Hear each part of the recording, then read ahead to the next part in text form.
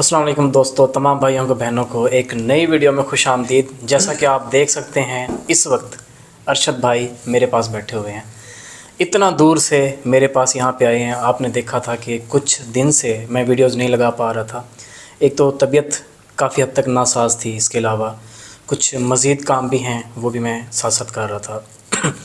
तो अरशद भाई आ चुके हैं यहाँ पे। आज हम डिस्कस करेंगे सीमा हैदर के हवाले से, अंजू के हवाले से, और एक और लड़की पाकिस्तान से हिंदुस्तान चली गई है अपनी फ़ैमिली की रज़ामंदी से, और जहाँ पे गई है उधर से भी जो फ़ैमिली है पूरी तरह से रज़ामंद है। तो उस हवाले से भी हम बात करेंगे, जिसका नाम है जवेरिया। इसके अलावा हिंदुस्तान का एक बहुत बड़ा करैक्टर जिसने हम सबको हंसाया, फ्रेडिक्स के नाम से, उसको भी हम डिस्कस करेंगे। उनकी भी डेथ हो चुकी है, कल हुई है। तो सबसे पहले हम शुरुआत करते हैं अरशद भाई से। कैसे हैं अरशद भाई आप? जी अल्हम्दुलिल्लाह, मैं ठीक हूँ। आप कैसे हैं? अल्हम्दुलिल्लाह, अल्लाह का करम है, मैं भी बिल्कुल ठीक ठाक हूँ। अच्छा, आपने देखा कि सीमा हैदर की जो कहानी है अब काफ़ी हद तक हमें चेंज होती हुई नज़र आ रही है। आपने देखा कि हैदर भाई अब पाकिस्तान आ चुके हैं, और जो हैदर भाई के वकील हैं रोशन अली अज़ीम साहब, वो भी उनके घर जाके विज़िट करके आए हैं, और उन्होंने वहाँ पे देखा बहुत ही अच्छा माहौल। जो लोग देख रहे हैं वीडियो के नीचे कमेंट भी कर रहे हैं, कितना प्यारा माहौल है, इतनी अच्छी जगह को छोड़ के गई है, शर्म तक नहीं आई सीमा को। आप इस बारे में क्या कहना चाहेंगे? भाई शर्म की तो बात रोशन भाई, देखें, अगर शर्म होती तो अपने बाप के घर से वो भागकर गुलाम हैदर से शादी ही ना करती। अगर शर्म होती तो गुलाम हैदर से शादी करने के बाद वो उसकी पहली बीवी को तलाक ना दिलवाती। अगर शर्म होती तो अपने मरे हुए बाप के बारे में जो आज उसने अल्फाज कहे वो ना कहती। अगर शर्म होती तो अपने माँ बाप की इज़्ज़त का ख्याल करती। अगर शर्म होती तो अपनी बहन की इज़्ज़त का ख्याल करती। अगर शर्म होती तो अपनी जो बच्चियाँ आज छोटी हैं, कल को उन्होंने जवान होना है, उनको लेकर किसी गैर मर्द के साथ ताल्लुकात इस्तेवार न करती। अगर शर्म होती तो उन बच्चियों के बारे में, उनके मुस्तकबिल के बारे में, फ्यूचर के बारे में, उनकी इज़्ज़त के बारे में सोचती। ये इसको शर्म हया तो है नहीं, किसी चीज़ की भी नहीं है। तो इसके बारे में ये इसको शर्म का लफ्ज़ मेरे ख्याल है इसके पास से भी कभी नहीं गुजरा। इंतहाई घटिया, इंतहाई बेगैरत, इंतहाई कुलचनी किस्म की औरत है ये। बल्कि औरत नहीं, मैं तो इसको अक्सर आंटी बोलता हूँ, अपनी वीडियोज़ के अंदर आंटी बोलूँगा। तो इसको किसी की शर्म हया, किसी की लाज कुछ नहीं है। तो अभी जैसे हैदर भाई पाकिस्तान आ चुके हैं, आपको क्या लगता है कि केस अब आगे बढ़ेगा या भी रुका रहेगा? रोशन भाई, केस बढ़ चुका। देखें, जिस दिन गुलाम हैदर पाकिस्तान में एंट्री की थी उसी दिन से ये सख्ते में है। आपने भी देखा होगा, पहले इसकी जिस दिन गुलाम हैदर आया था उस दिन 4-5 दिन इसकी वीडियोस नहीं आई थी, बीमार हो गई थी, रो रो के इसका बुरा हाल हो गया था। और लप्पू को भी वहाँ पे मार पड़ी थी, किसी ने 2-3 लड़कों ने मिलकर अच्छी तरह उसकी ठुकाई की, पिटाई की। उसके चेहरे पे अभी तक निशान है, ज़ख़म भी है, पाँव में जगह जगह पे उसका निशान है। तो परेशान तो ये है उस वक़्त से, और कामयाबी गुलाम हैदर को मिल चुकी जब वो पाकिस्तान में इंटर हो गया था। आज उसने वो गुलाम हैदर भाई जो है वो सुप्रीम कोर्ट का दरवाज़ा जाके खटखटाया है उसने। आज तो बहुत बड़ा काम किया इन्होंने, जो सुप्रीम कोर्ट के दरवाजे पे गए हैं। वहाँ पे हाई कमिश्नर भी बैठे हुए हैं हिंदुस्तान के, उसमें भी गए हैं, वहाँ पे भी जाकर उन्होंने अर्ज़ी लगाई है। तो अब सीमा को ये तो पता है कि मैंने डिपोर्ट होना है, ठीक है। और जिस दिन गुलाम हैदर पाकिस्तान आया था उस दिन इस 2-3 दिन तक इसकी वीडियोस नहीं आई थी। फिर इसको AP सिंह ने इंस्ट्रक्शन दी है कि तुम ऐसे अगर खामोश बैठ गई, वीडियो ना आई तुम्हारी, तो लोग कहेंगे कि वो डर गई, सहम गई है, तो तुम वीडियोस अपनी कंटिन्यू रखो। फिर उसके कहने पे इसने पहले 2 वीडियोस डालती थी, फिर अब 4 वीडियोस पे आ गई है, 5 वीडियोस पे आ गई। कभी लाइव आके बैठ जाती, कभी वीडियोस 4-4, 5-5 वीडियोस उसके कहने पे AP सिंह के भी डाले। तो डरी तो हुई है, और डिपोर्ट इसने होना ही होना है। आने वाले चंद दिनों में देखेंगे गुलाम हैदर ने जो काम किया है, जो अभी सुप्रीम कोर्ट गए हैं और वो हाई कमिश्नर गए हैं उनके वकील साहब को लेकर, तो बहुत जल्द देखेंगे आप ये डिपोर्ट होती हुई पाकिस्तान। वीडियोस तो ये डाल रही है, ये तो हमने भी देखा कि डाल रही है, लेकिन जिस तरह से पहले आ रही थी, डेली का एक ना एक ठुमका ज़रूर आता था, वो आना टोटली बंद हो चुका है। और उसके पीछे यही राज है। जैसा कि आपने कई बार देखा होगा कि हैदर भाई हमेशा यही कहा करते थे कि जैसे ही केस के ऊपर कोई डेवलपमेंट होगी, या तो हमें हिंदुस्तान की तरफ से बुलाया जाएगा, या फिर पाकिस्तान में कोई बड़ी डेवलपमेंट होगी, मैं फ़ौरी तौर पे आ जाऊंगा जैसे ही रोशन अली अज़ीम साहब बुलाएंगे। तो अभी भी हमें यही देखने को मिला है कि रोशन अली अज़ीम साहब ने बुलाया हैदर भाई को, वो आए हैं। और हैदर भाई के चेहरे पे खुशी महसूस हमें होती है कि केस आगे बढ़ चुका है। और इसी तरह से आप अगर एपी सिंह को देखें तो जिस तरह से वो मुस्कुराता हुआ, जिस तरह नेता आते हैं उस तरह से आता था सीमा की तरफ, अब वो सीन भी नहीं रहा। अब 12 बजे होते हैं उसके चेहरे पे। हाँ, 12 नहीं, अब तो हम इससे भी आगे के कोई अल्फाज इस्तेमाल कर सकते हैं, 13-14 बजे होते हैं। बिल्कुल। तो अब ये हालात हो गए हैं। और चुनाव के बाद सीमा को तो वैसे ही फेंक दिया जाएगा, लेकिन अभी हैदर भाई इसको लीगली पाकिस्तान में इसका केस लड़ रहे हैं और आने वाले दिनों में हो सकता है कि उनको हिंदुस्तान भी जाना पड़े। लेकिन मुझे नहीं लगता कि इस चीज़ की नौबत आएगी, क्योंकि जितना मर्ज़ी ये सीमा का इस्तेमाल करने की कोशिश करें या फिर जो एपी सिंह ट्राई कर रहा है वो उस चीज़ में नाकाम हो जाएगा। अब क्योंकि इसके बाद से ये ट्रेंड हमें देखने को मिल रहा है कि ये सिलसिला शुरू हो चुका है पूरी तरह से।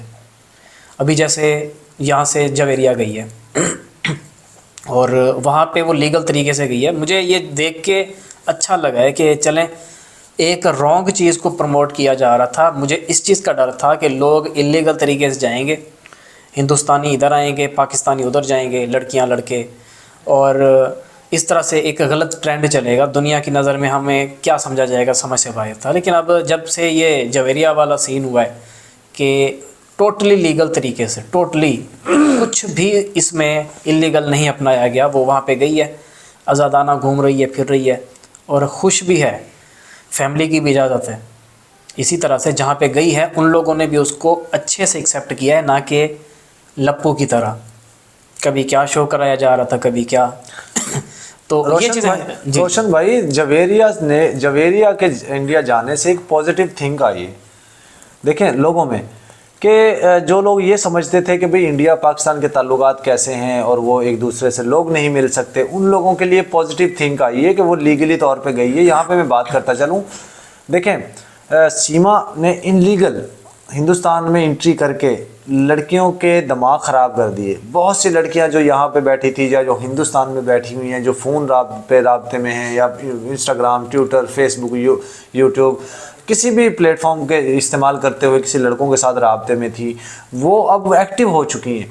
आपने देखा सीमा गई, उसके बाद सीमा से पहले एक लड़की गई थी, जो उसके बाद सीमा गई, सीमा के बाद फिर एक और खातून जो है 65 साल खातून अपने बच्चे को लेकर चली गई। उसके बाद फिर जो है अभी ये अंजू का उसके बाद कांड हुआ, उसके अंजू के बाद अभी जो ये लड़की आई है जवेरिया, ये पिछले 5 साल से वीज़ा ट्राई कर रही थी अपनी फैमिली के साथ, लेकिन 5 साल से मुस्तकिल इनका वीज़ा जो है रिजेक्ट हो रहा था।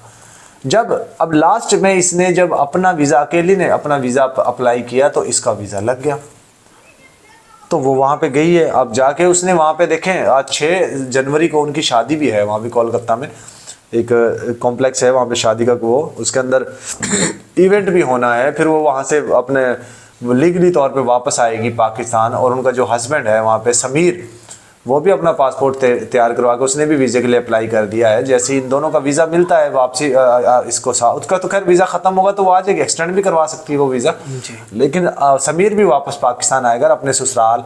देखें दोस्तों, यहाँ पे मैं एक बात कहता चलूँ, देखें जो इस तरह का अमल है, जो फैमिली 2 ख़ानदानों की रजामंदी के साथ बच्चों का रिश्ता होता है, चाहे वो हिंदुस्तान से पाकिस्तान हो, चाहे पाकिस्तान से हिंदुस्तान हो, उसको हम लोगों को सपोर्ट करना चाहिए और रिक्वेस्ट करनी चाहिए गवर्नमेंट्स को।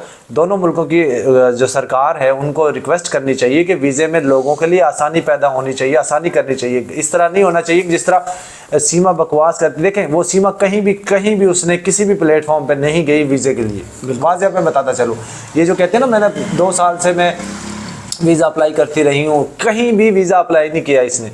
अब मैं कह दूँ रोशन भाई मेरे पास बैठे हैं, रोशन भाई को मैं दूँ पैसे के, रोशन भाई मेरा वीज़ा लगवा दो, तो ऐसे लगता है? ऐसे कभी भी नहीं लगता। हिंदुस्तान के वीज़े के लिए आपको हाई कमिश्नर के सामने खुद पेश होना पड़ता है, वहाँ पे इंटरव्यू देना पड़ता है, सोर्स बताना पड़ता है कि क्या सोर्स है, क्यों जा रहा हूँ मैं, क्या वजह है, फिर जाके वीज़ा मिलता है। तो ये जो उसने किया है, इस लड़की ने, जवेरिया ने, उस चीज़ को हम लोग सपोर्ट करते हैं, ठीक है, वाज़ह तौर पर बता रहे हैं, उस चीज़ को हम सपोर्ट करते हैं क्योंकि लीगली गई। और यहाँ पर रिक्वेस्ट करता हूँ, मैं ज़ाती तौर पर रिक्वेस्ट करता हूँ पाकिस्तान और हिंदुस्तान दोनों की गवर्नमेंट से कि पाकिस्तान और हिंदुस्तान दोनों की गवर्नमेंट्स बैठ कर फैसला लें कि लोगों को वीज़े में आसानी होनी चाहिए। जी बिल्कुल, क्योंकि अगर ये फ़ैसला लिया जाता है आसानी वाला, तो इसमें यह है कि जैसे अब फॉर एग्ज़ाम्पल पाकिस्तान से कोई लड़की हिंदुस्तान जाती है या हिंदुस्तान से इधर आके शादी करती है, आना जाना शुरू हो जाएगा। अब क्या होता है कि जैसे हम हिंदुस्तान के प्रोडक्ट्स देखते हैं जो हिंदुस्तान में तो सस्ते हैं लेकिन पाकिस्तान में महंगे हैं, तो इन चीज़ों की ट्रेडिंग शुरू हो सकती है, दोनों कंट्रीज़ की सस्ती चीज़ें इधर से उधर बेची जा सकती हैं। तो इससे ट्रेड के ऊपर बहुत बड़ा असर पड़ेगा। जब हम आपस में ही लोकली ट्रेड करेंगे तो हमारी करेंसियों के ऊपर पॉजिटिव इम्पैक्ट पड़ेगा। जो अभी पाकिस्तानी करेंसी डाउनफॉल का शिकार है, ये ऊपर आना शुरू हो जाएगी, क्योंकि हमारे जो ताल्लुकात हैं हिंदुस्तान के साथ अगर अच्छे होते हैं तो ट्रेड बहुत ज़्यादा बढ़ जाएगी। जिस तरह से कि हिंदुस्तान में बहुत ज़्यादा आवाम रहती है, बहुत ज़्यादा लोग हैं वहाँ पे, तो काफ़ी सारी चीज़ें हैं जो कि बेसिक चीज़ें होने के बावजूद हिंदुस्तान में महंगी हैं, जो कि पाकिस्तान में सस्ती हैं। इसी तरह से पाकिस्तान में अक्सर औक़ात चीज़ें महंगी हो जाती हैं जो कि हम हिंदुस्तान से सस्ती यहाँ पे मंगवा सकते हैं। लास्ट टाइम आपने देखा पाकिस्तान में टमाटर महंगे हुए, तो उस वक्त हिंदुस्तान में इतने ज़्यादा टमाटरों की तादाद थी, इतने ज़्यादा थे कि वहाँ पे कोड़ियों के दाम बिक रहे थे, लोगों ने ज़ाया कर दिए थे। जी बिल्कुल।